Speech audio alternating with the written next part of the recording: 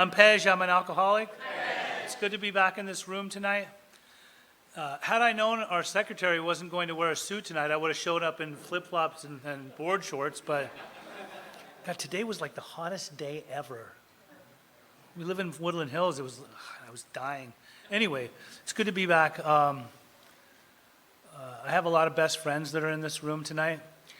I'm glad that they've decided to sit farther away because if they were up close, they know my story so well, I get nervous. I feel like they're judging me.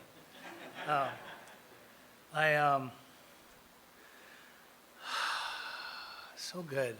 Life is so good. June 16, 2007 is the day that I got sober. It's the day of the rebirth, day of a new life, a life worth living. My sponsor's Earl Hightower. I have home groups all over Southern California. There's a lot of groups I can go into and call home because I know the people there and they know me and I'm always welcome. I'm Persian. I was born in Germany and I was raised in Salt Lake City, Utah for the first portion of my life. So if you were me, you'd definitely want to drink. Especially because I was different and people there were different. I was always trying to match my insides with other people's outsides and lose every time. And I tried to look like them and dress like them and listen to the same music as them, but I did never feel like them. And I experienced some bullying. There was a select few. Most people were really nice in Utah, I gotta say. It's a very family-oriented environment, good education, all that was happening for me. But there was a select few that did not like my kind. They didn't like my skin color, and they didn't like my nationality, especially during those times in the late 70s, early 80s. The older people know, kind of along the same lines of what's going on right now. Anyway, that's a true outside issue right there. So, the bullying, it became kind of common, where I was always trying to hold my own at school, but then to come home and deal with the house bully, which would be my pops. And, Dad, he is a very good man. He did his best to provide. He put food on the table. He paid the bills, and in most situations he was in good spirits. But he had his days, and when my dad was not having a good day, the whole house felt it. And so we try to kind of just avoid him at all costs in those moments. And he had a way of expressing himself too. Sometimes with loud words, and sometimes with his hands, and sometimes with objects. And my mom was very nurturing, a little over-nurturing, a little codependent, maybe a lot codependent. My dad, when I was about 8 or 9 years old, used to drink I cannot pronounce him an alcoholic, but he drank alcoholically on the weekends with his friends. Sometimes it was cognac, and sometimes it was beer, and sometimes it was cognac with beer. And I'm 8, I'm in the corner doing the dizzy thing, because I'm already trying to feel an effect. And he found it amusing with his friends to give me a little sip off the cognac or a little sip off the beer. I would fall down faster, and they would all laugh, whatever. So I got a taste of alcohol at a very young age. But I remember when I was 12 years old, they told me we're going to a wedding, a Persian wedding. And I don't know if you know about Persians, but in their weddings, they're very festive people. There's a lot of this dancing, that they do. And there's the Persian food, and everyone's mingling, and I'm 12. I do not want to be. What 12-year-old wants to be at a wedding, let alone a Persian wedding? I'm standing in the corner just looking at the clock thinking, how am I going to get the next 6 hours of my life back? I don't want to be here at all, right? And what I noticed is that there was a lot of people they were leaving these half-drank drinks of champagne all over the tables. And so the curious 12-year-old that I was, when nobody was looking, I went over and I took a little whiff, and then I took a little sip. And I took another little sip, and another little sip, and that thing that happens to us where I became bodily and mentally different than our fellows, I decided to graciously help them finish all of their half-drank drinks. And the next thing you know, I slid out on that dance floor, and I was pop-locking, I was break-dancing, I was doing moves that I didn't even know I knew how to do. And the next thing you know, I'm the life of the party, and now I want to be at this wedding, right? 6 hours went by in a flash. A lot of it was caught on VHS, my performance that night. And I remember when they started turning the lights on and they were closing it down, my dad came through. He said, come on, son, we're going. What do you mean we're going home? Like, I just got started. And they put me in the back seat of the car. I'm sitting next to my sister. Mom and Dad are driving us home, and I'm having my own little party in the back seat. Like, my eyes are rolling in the back of my head. I'm slurring my words. And I remember my dad chuckled to my mom, "Look at Pej, he's on a good one," right? And they took me home, and they stuck me in my bed, and I blacked out. First time I experienced a blackout. And during that blackout, I wet the bed. I threw up in the bed. And I remember the next morning when I woke up, I just thought, I've arrived. Because for the first time in my life, I felt comfortable in my skin, that elusive sensation that comes with the drink. And I wanted to just chase that feeling for the rest of my life. So we used to come out to California in the dead of winter, because there was this much snow on the ground. We had some cousins that lived in Canoga Park and Woodland Hills, and it'd be like January. That was like the best time of year to come. I'd leave all that snow and come and like fly into LAX and look around and think, there's no snow on the ground. Like, this 2 states over. This is great, right? Look at the palm trees. It's got like this tropical effect. We can go to Disneyland. We can go to Hollywood. We can go to the beach, catch some rays like in January. And I just thought, this is excellent. Like, what happened? Like, how did we end up in that cold, miserable state? Dad, what can we do to move to LA? And he said, you never know, the opportunity might arise. And then one day it happened. I turned 15 years old, and Dad came home from work, and he told the whole house, come together. I got a job opportunity, and we're moving to Los Angeles. We're moving to LA in 2 weeks. I'm like, all my dreams have come true. I am so ready for this. Like, I'll start packing right now. And within 2 weeks, we were on a plane. We're coming to California. My dad must have thought the whole state of California was LA because we didn't move to LA. We moved to the big old city of Costa Mesa. And it would suffice because it was only about a 45-minute drive when there was no traffic to get up to my cousin's houses in the valley. And for me, like, I walk up into my high school and I look around and wow, it's a culture shock. Whoa, there's all kinds of people here. Like, nobody's Mormon here, right? Like,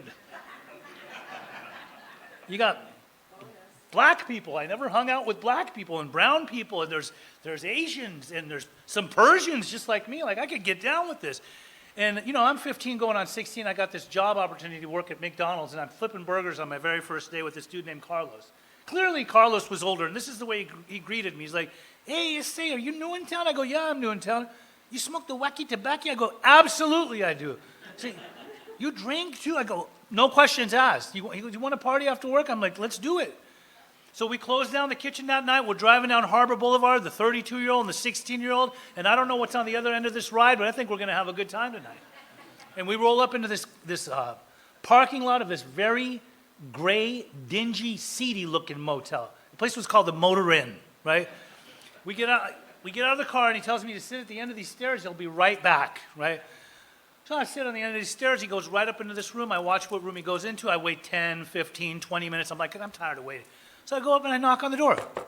And the door opens real slow, and I look, and there's this lady who's holding this crying baby, and there's a kid playing in the front room, and you can't see the kitchen from the front room because there was some clothes that were hang drying. I'm like, "Excuse me, miss, well, where's Carlos?" And she said, "Well, he's back there in the kitchen. Go back there and talk to him." So I go back in the kitchen. I'm looking around. I cannot find Carlos anywhere. I see a table. There's a bunch of stuff on it, right? Some white, powdery, glistening stuff. Never seen that in real life. Maybe on Miami Vice, right? And I'm like, "Carlos, are you back here?" And his head comes up from behind. I said, "Hey, I forgot about you. You forgot about me. What are you talking? You got me waiting out there forever." And he broke me off. He gave me a little bit of smoke, a little bit of drink, and I smoked it, I drank it. I look at my watch, and I'm thinking, like, I got to get home. And I'm thinking, like, my mom's going to kill me, right? So I run down Victoria Boulevard, and I get to my house, and like a ninja in the night, I climb up this tree real slow, right? And I'm on my roof. I put one leg into my bedroom window. I put my other leg into my bedroom window, just slide my body in there. I'm thinking, nobody's going to wake up. I'm going to get away with this. And I get into my bedroom, and it's so dark in there, I couldn't find the light switch. I'm like, it's so dark. Where's the light switch? And then I find the light switch. I turn it on, and my mom is laying in my bed wide awake with that look on her face. "Son, where have you been tonight? Why are your eyes so red? What is that I smell in your breath? Wait till your dad deals with you in the morning. Now I got to deal with the wrath of the old man." And the next morning, they sit me down in the living room, and they want to have their little come-to-Jesus conversation with me. I mean, Dad just comes in the room and just yelling, "Ah, rah, rah," like, well, I'm used to this. I don't know what he's talking about. He's always yelling, right? And Mom, in the big book, In the doctor's opinion, it says frothy emotional appeal seldom suffices. Mom comes in with the soft talk, like, son, you're such a good kid. Who were you hanging out with last night? Why would you do that? You're so athletic, so artistic, so scholastic. Maybe we've made a big mistake. Maybe we need to put you in a different school. I'm like, what? Okay. So then they transfer me to a whole new school for a better education. And of course, Pej is now like a ripe age of 16. All the stuff we saw in the movie, I gravitated right towards the two guys that were having the most fun. A guy named Amir and a guy named Omid. Amir was an Indian dude, and Omid was Persian like me. And in our Persian language, in the Farsi language, Omid means hope, but there was no hope for Omid. Right? Omid was an animal, a party animal, right? Morning, noon, and night. All the stuff we saw in the movies was happening in real life. Omid had a car. We needed him to get to those parties, right?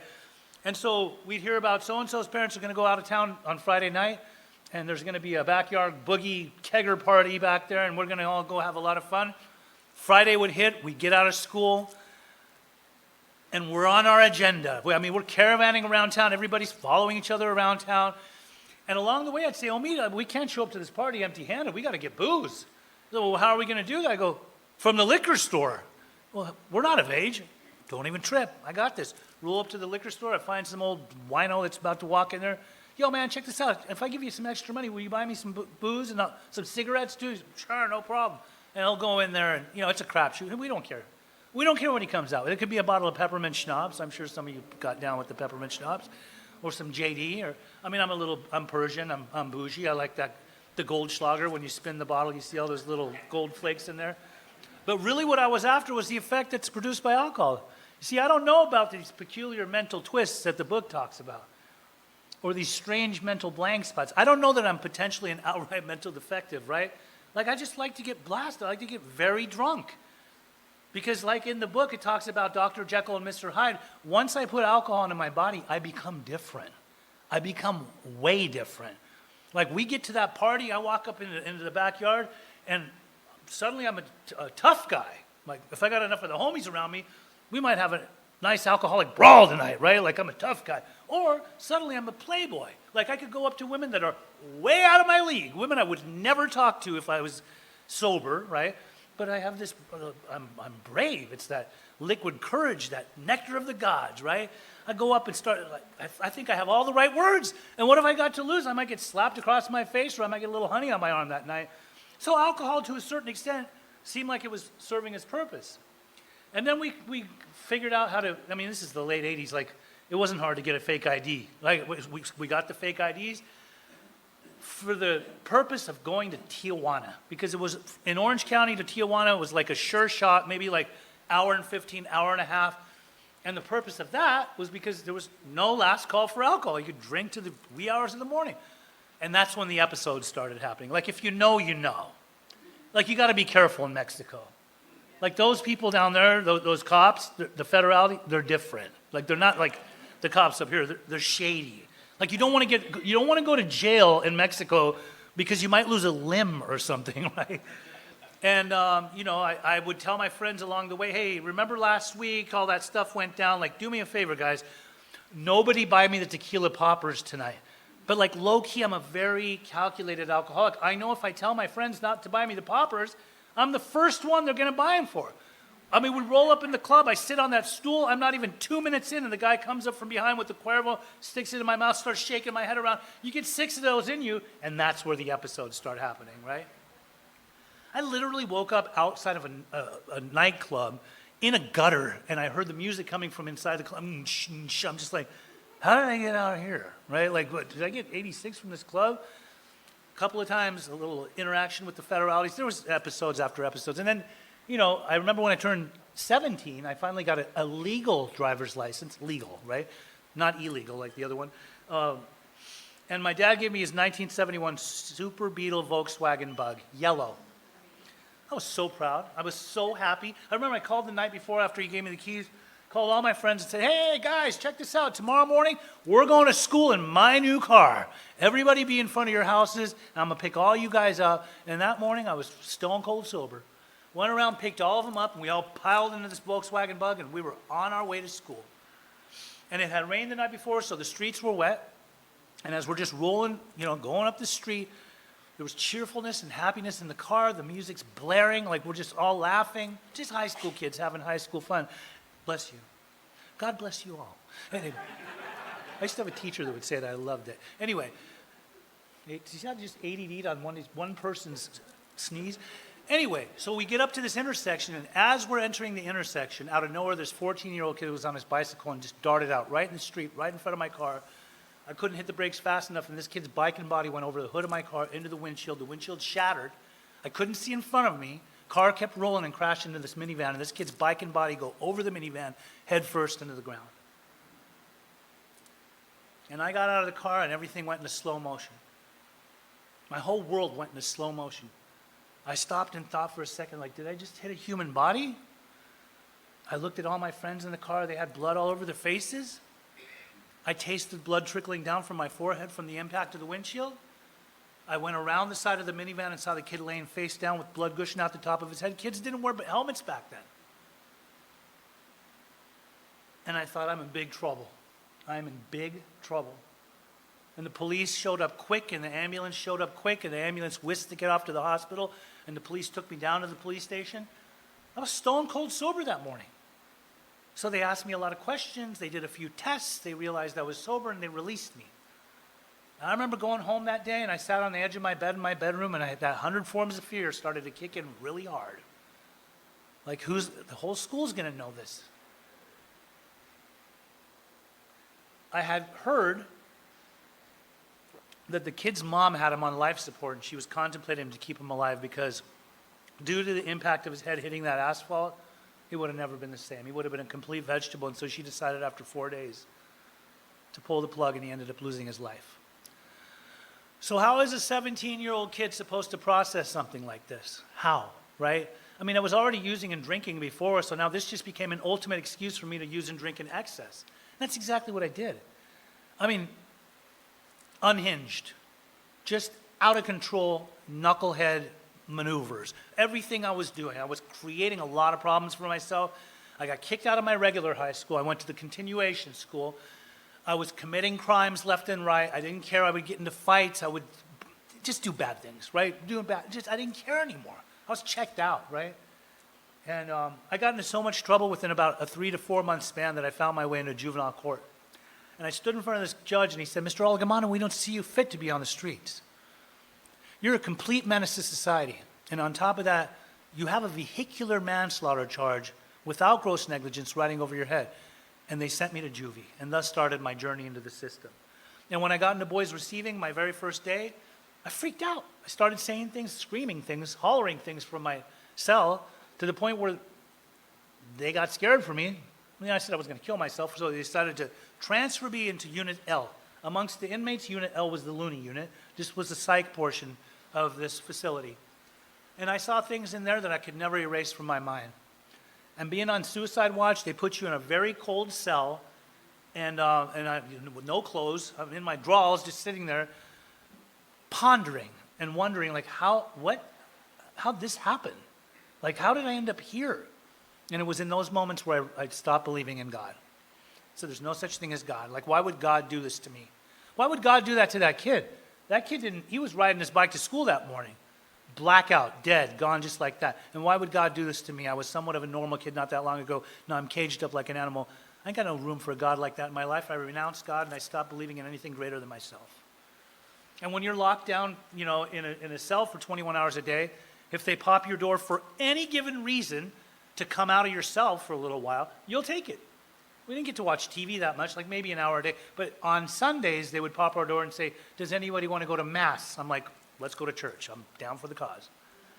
And then they started popping our doors and saying, does anybody want to hear a message of hope? And I'm like, I don't know what that means, but let's go. And I would get out of my cell. I'd go down this corridor, into this hallway, into this classroom type setting, and this priest would come in there, and he was an old priest that was an alcoholic. He had his AA panel. It was his panel. Nobody else spoke with him on the panel because he was the only member of his panel. So he did a lot of talking. And he had this book right here, and he would read passages out of the big book. You have to understand, like, I'm so young, I have no idea what this guy's talking about, right? I'm sitting there with my arms crossed, just wondering. And I wasn't ready to receive the message, but I do believe that a seed was planted. And although it was a weak seed, it was a seed nonetheless. The man was carrying the message of Alcoholics Anonymous to my little 17-year-old self way back then. Now, my mom, she was doing everything to get me out of there. She was writing letters. She was having people in the neighborhood write letters. She was getting people to sign petitions, teachers, people, all of my friends, everybody, get my son out of this place. And on top of that, she was going through a divorce with my dad. And you have to understand, like, we came to this country as a family, like a unit. And now I'm locked up and my family's breaking apart. Like, that didn't sit well with me. So finally, when I did get out on good behavior, I decided to go live at my mom's, because at this point they were separated. And we were good until we weren't good. Mom didn't like the company I kept. She didn't like the friend circle that I dwelled in. So I'd get into it with her and I'd say, I don't want to be at your house. Then I'll just go across town to go to Dad's house. And then we were good until we weren't good. This is back and forth, and then I turned 18. And when I turned 18, one day my dad and I, we had it out. It was one of them pissing matches to where he got in my face, and for once in my life, rather than him put his hands on me, I put my hands on him. I said, don't you ever put your hands on me again. And it scared him so bad, he sat me down the next day and said, listen, son, I love you very much, but I feel like I've done enough for you. You're 18 years old now. I've provided for you your whole life. I'm not obligated to you anymore. Here's the apartment. You can take over the rent, get a job. You want to go to college, go to college. I'm going back to the old country. And he moved to Huron. And almost simultaneously, my mom moved up to Santa Monica, and here I am, this 18-year-old kid, still wet behind the ears with no home training, engulfed in alcoholism and addiction and not even knowing it, right?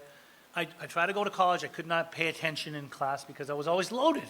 So I was a college dropout. I tried to work in the workplace.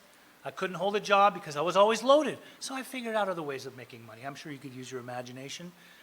And throughout my young adulthood, all of my 20s, I lived a lifestyle that was, from the outside, it seemed extravagant. Like if you weren't from my friend circle but you asked about me, they'd probably brag about how Pej has got all the pretty girls that come to his house, and he's got all the homies that answer to him. And that's a bunch of ego stroking, because deep within the pit of my stomach, there was always a sense of impending doom, like, what is wrong with me? What is wrong with me? And you know, a lot of people in the rooms talk about this God-sized hole. I'm clear on the fact that I was filling the void within with drugs and alcohol. It was just the way of life. Like, it's just what it had become. And by the time I was 30 years old, I started getting into trouble again. I started having more run-ins with the law. And I mean, it came down to the point where I was arrested one more time. I slept a lot. When I would get locked up, listen, I did this substance in the 90s where you never slept. I don't think I slept the entire 90s, right? So you lock me up, I'm going to just sleep it off, right? I remember I slept a good solid 6 days, and one day this cholo came walking through the day room, and he's like, H&I is coming through. Anybody want to hear a message of hope? And I'm like, H&I, what does that even stand for, man? I go, what, homies and inmates? He said, no, fool. It's Alcoholics Anonymous. Get off your rack and come down here. I'm like, I go come down in my jailhouse issue. I'm amongst my peers.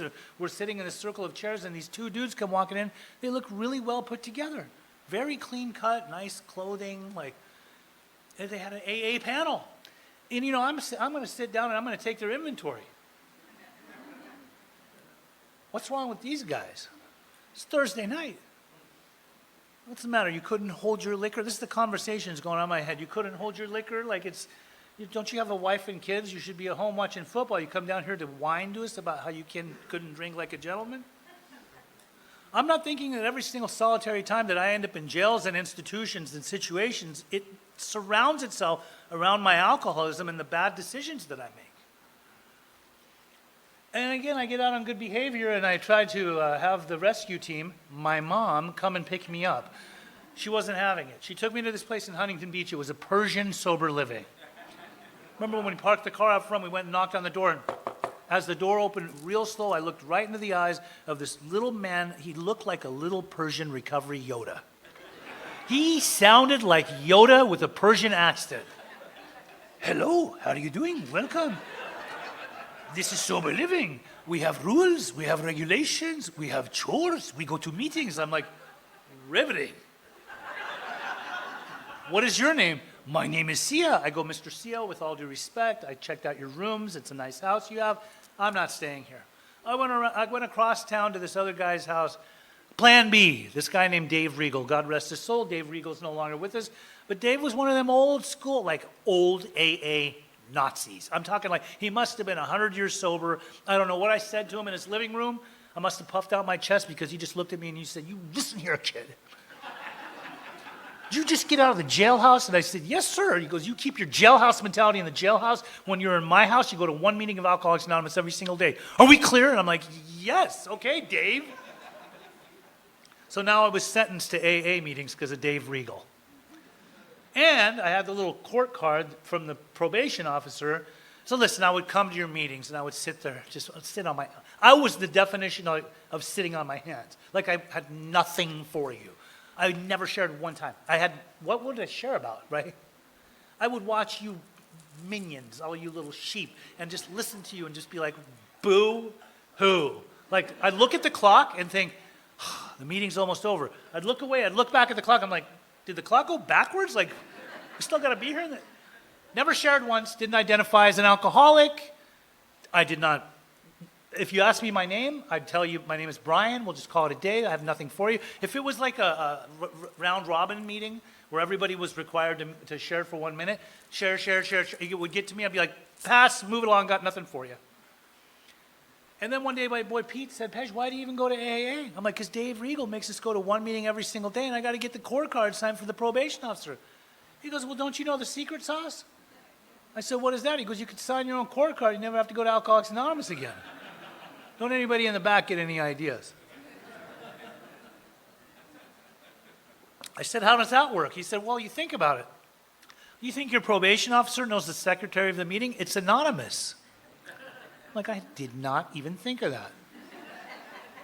And I worked my way right out of AA. And by doing it my way for the next 5 years, I ran my life into the ground. I did a really good job of that. And I was living out of my car on Harbor Boulevard as a homeless man, but I didn't think things were so bad. I still had a car, right? And I remember somebody came there's always this one friend that would always show up when I wasn't doing too well to tell me I'm not doing too well. So I had been up for about a week, and I just wanted to land the ship. I needed to catch up on some sleep. And I was in my car. I'd already pretty much done the couch surfing thing and wasn't really welcome at anyone's house anymore.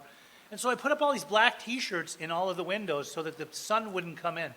And just as I started to pass out, I was just about to go to sleep, suddenly somebody taps on my window. I'm like, "Who's that?" "Hey, Pej." I roll down the window. "What's up, dude?" He goes, "Pej, you don't look well." I'm like, "Did I even ask you?" He goes, "Listen, Pej, you're homeless." I roll down the window real fast. I'm like, "Hey, check this out. Let's be clear on something here. Homeless are the people that live in the encampments, in the tents. Like, that's lower level homelessness. Homeless is the wino that walks up and down Harbor Boulevard and passes out right on the asphalt, right when the sun's in it. That's bottom of the barrel homelessness. I still have my car. If anything, I'm executive homeless." I said, "Well, you're without a home, and it looks like you got a major problem. If you ever want if you want help, you know who to call." I said, "Well, thanks for the information." Roll the window back up. And then I went and tried to stay at certain friends' houses, and there was this one friend of mine who let me crash on his couch and detox, my version of detox. My version of detox is to stop doing heroin, meth, and cocaine, but I could still drink. Like, that's not my problem, right? And smoke a little bit of the wacky tobacco. And so that usually takes me right back to the other stuff anyways. And it was a series of events that happened. Well, one of them, my liver was starting to hurt a little bit, and I would have these palpitating murmurs in my heart. And then there was some people that God placed in my path that said the right things at the right time for me to understand that my life was not working for me. Some of them were members of Alcoholics Anonymous, and some of them were just angels sent from God. And something happened where I had this moment of clarity, aha moment, and I did what every so-called gangster does when they run out of options. I called my mommy. And at this point, my mom was a brown belt in Al-Anon. The conversation was much different than what I'm used to. "Hello, Mom, it's Pej. I miss you. I love you so much, Mom. Can I come back home, please? I promise I'll stay sober. She's like, who's this? I go, it's your son, it's Pej, I love you. Oh, you're dead to me. Dead to you? What are they teaching you, those Al-Anon classes? Oh, I used to have a son when he's an adolescent. But it seems like a monster came and took him away from me. I don't know what this is. This isn't what I was raising. A jailbird, a homeless man.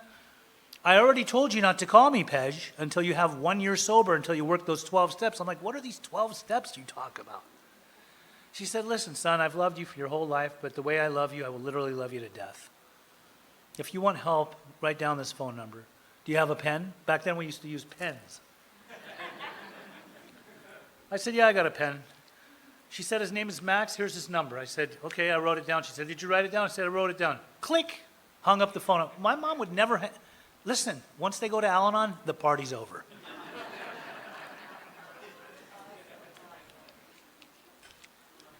So I waited a few days. I had some things to get to. And then I finally decided to call this number. And I remember the guy answered, and I'm like, hello, Mr. Max, my name is Pej. And he said, hi, Pej, how can I help you? I said, sir, I think I want to get sober. He said, you think you want to get sober? I said, no, I want to get sober. He said, okay, well, when do you want to get sober? I said, well, today's Tuesday. How about Friday? Because I had some affairs to attend to, some things to finish. He said, Friday morning, I want you to go to a house in Irvine, California. I want you to park your car out front and be there at 9 a.m. sharp and knock on the front door, and there will be a gentleman there to greet you and help you.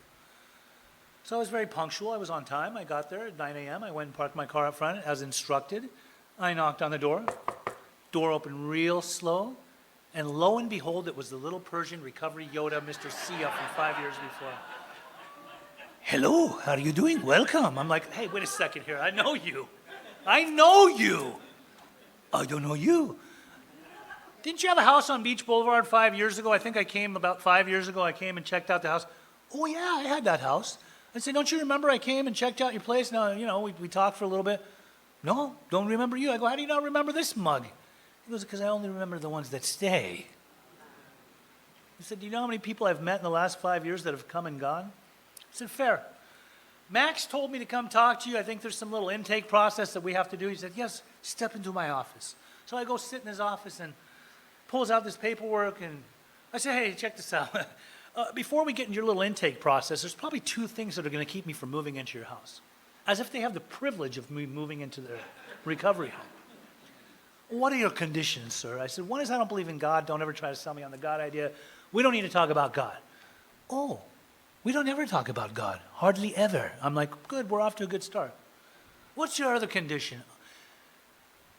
No meetings. No AA. I don't do that stuff. I don't want to do that stuff. Oh, no problem. We don't go to many meetings. I said, fair. We were in a meeting that night. Next day, noon meeting, that night meeting. 2 meetings a day, entire duration of my stay. Mr. Sia does not work an honest program. And I'm 35, going on 36. Those noon meetings we would go to, it was called the Alta Noon Meeting in Irvine. I walk up in there, and I'm just like, whoa. It was like crusty old-timerville. Tons of them. I mean, just like an ocean of silver hair. And I'm just like, oh my God, we got to do this every day? And I'm the inventory taker. Like, I'm going to sit in there and I'm thinking about all you. I'm just sitting there with my arms crossed, and the itty-bitty shitty committee is just going on in my head. There was these 5 old-timers that would show up religiously every single day. They'd sit right up against the window. Every single day. And they looked like bulldogs. Just sitting there, just like mean mugging. And I really didn't think these guys liked me. Now, the room called them the Romeos. Nothing about them looked Romeo-like. They should have called them the dinosaurs because they looked like they were in their last dying days. But I'm sitting here judging them, and I'm thinking that they're judging me. And then all of a sudden, every once in a while, one of their hands would go up, and you'd hear something come out of their mouths like, we could go on to the bitter end, blotting out the consciousness of our intolerable situation as best we could, or we could accept spiritual help. And I'd be like, oh my God, that was so profound. God, he speaks so well. It was like it was out of a book or something. But I'm over here, Judgment Row. Every single day, there's this one guy would sit over there. Hand would go up, and here's what's going on in my head. Here he goes again. He's going to share again. Shares every single day. Loves to share the same thing. I could pretty much recite his share for him word for word verbatim. Loves to hear himself talk. The timer's gone off twice. He's still talking. Nobody cares. And I know at the end, he's going to say hallelujah because the whole room's going to repeat it after him. Oh, here she goes. Her hand's up. I wish she would share every single day. She's so pretty. Like, this is the only time I could stare at a woman in Alcoholics Anonymous for a good 5 minutes without being a complete creeper. And then one day it happened, and this guy way in the back of the room raised his hand. I'm like 90 days sober, right? And I zeroed in, laser focused on this guy. What does this guy have for our group today? Never seen him before. And this dude, something just came out of his mouth, like he just busted out with this share. It was so profound. It was humorous. It carried a message of depth and weight. It was so good that his share just felt like it reached into my chest and gripped my heart without my consent. And I found myself busting up from the bottom of my belly. I had not laughed that hard since I was a little kid. And the language of the heart was captured in that moment.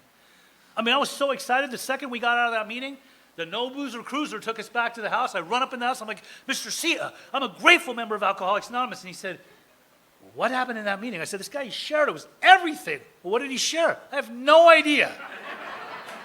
All I know is I think I'm coming short in the program. He said, well, it's nice to hear that you're finally a grateful member of Alcoholics Anonymous, but there's 3 sides to the triangle.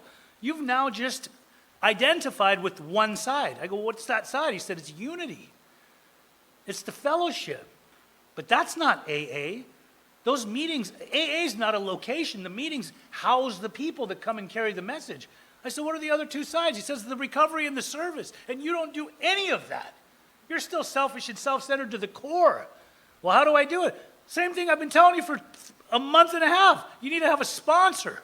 It's a 12-step house. If you don't have one by tomorrow, you're going to get a nice writing assignment. I said, I'll have a sponsor by tomorrow. You'll see. I had been interviewing people in my head for quite some time. So my first sponsor, his name was Amir, and I asked him to come down to our recovery home. And that man would either take me to Starbucks, to the park, or the backyard. And he would take me through this book page by page, line by line, word by word. And he would break it down for me. And it wasn't that he had a working knowledge of the big book. He certainly did. He knew what the definitions were behind the words. He knew what the meanings were in the paragraphs. He knew where the prayers and the promises were intertwined throughout the book. All of that mattered, but what really mattered is that this man's essence was Alcoholics Anonymous. He demonstrated altruism, which means to be unselfish, through his core. He would give up his time.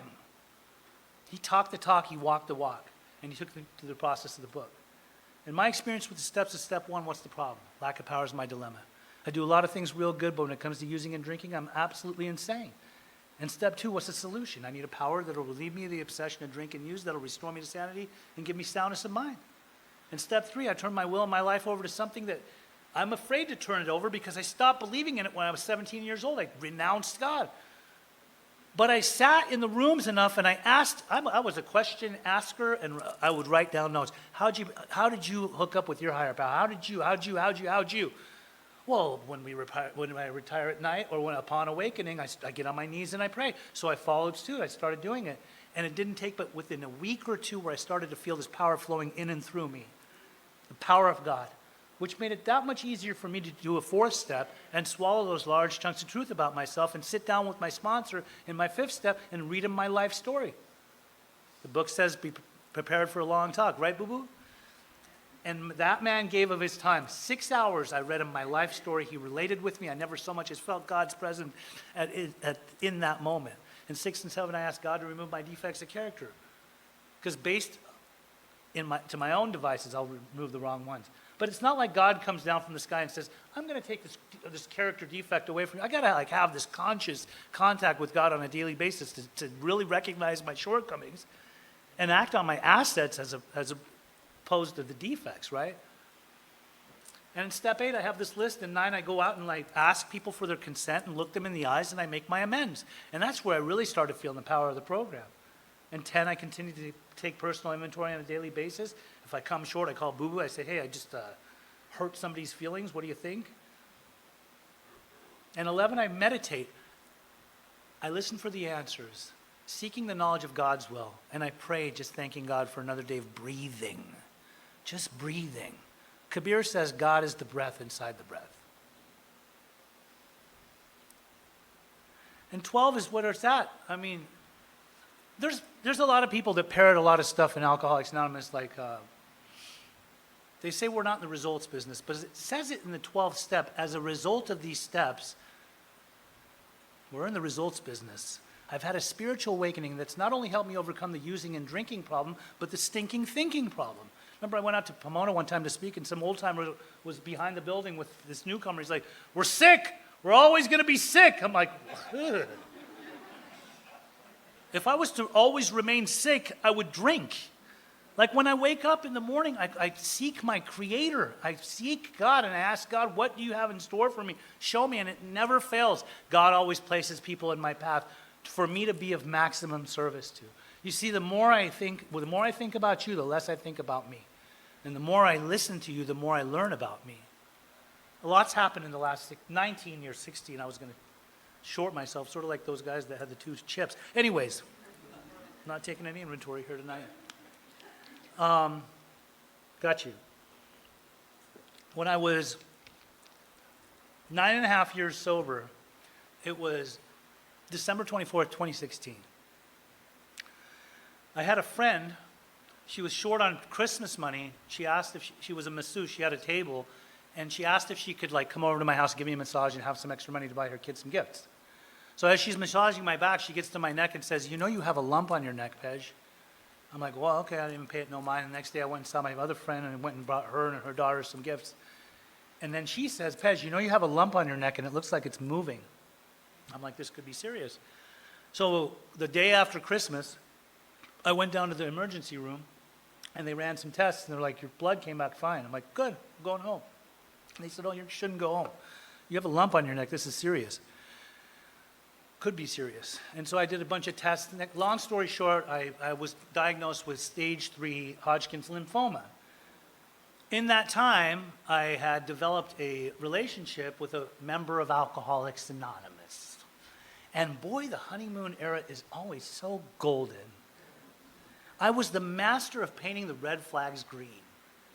Things were so good for the first few months.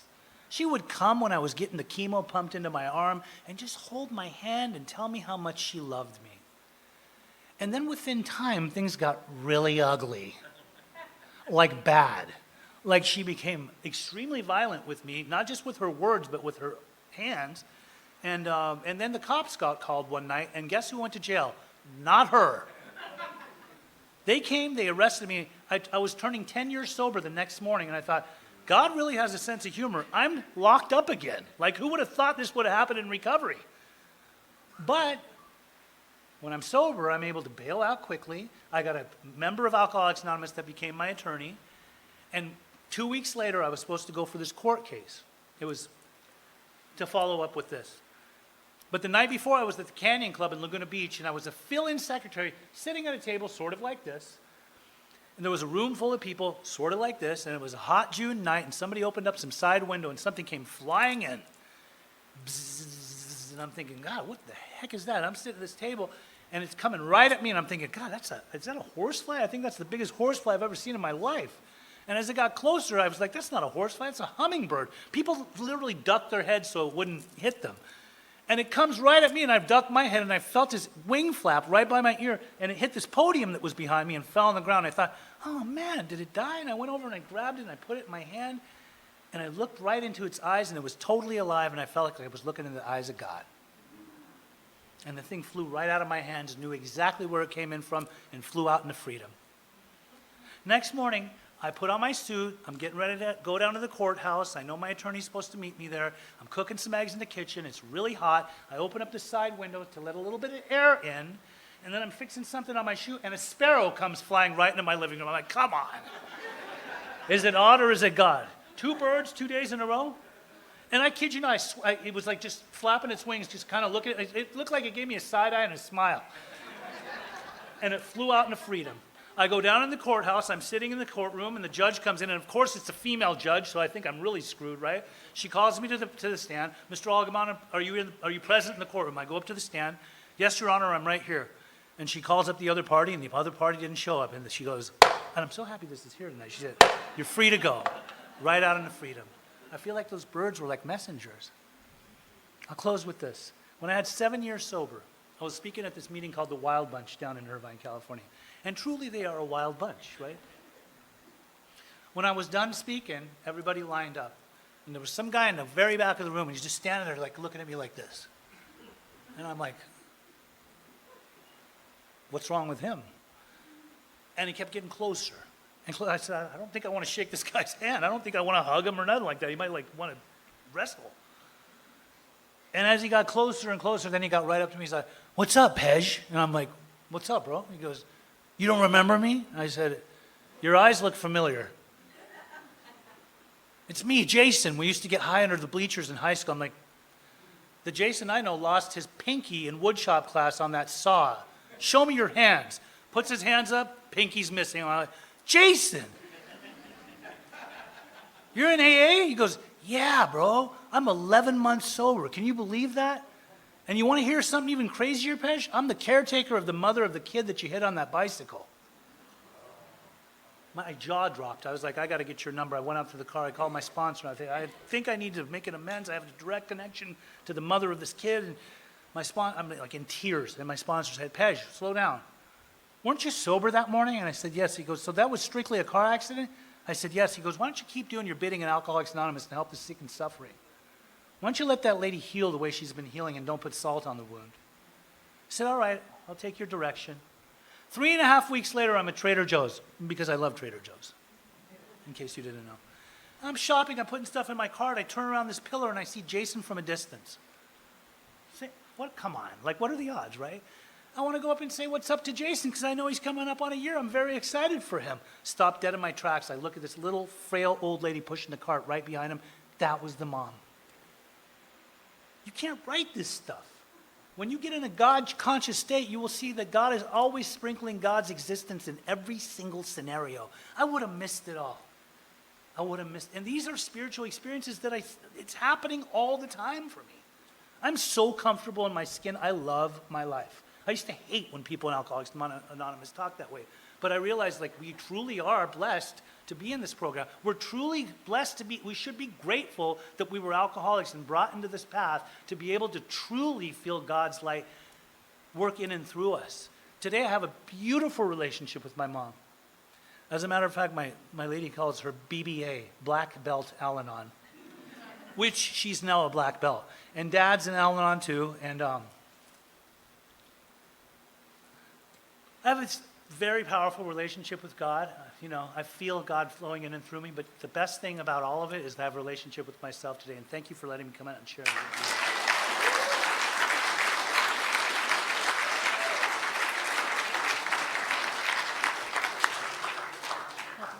you. Let's thank our speaker again.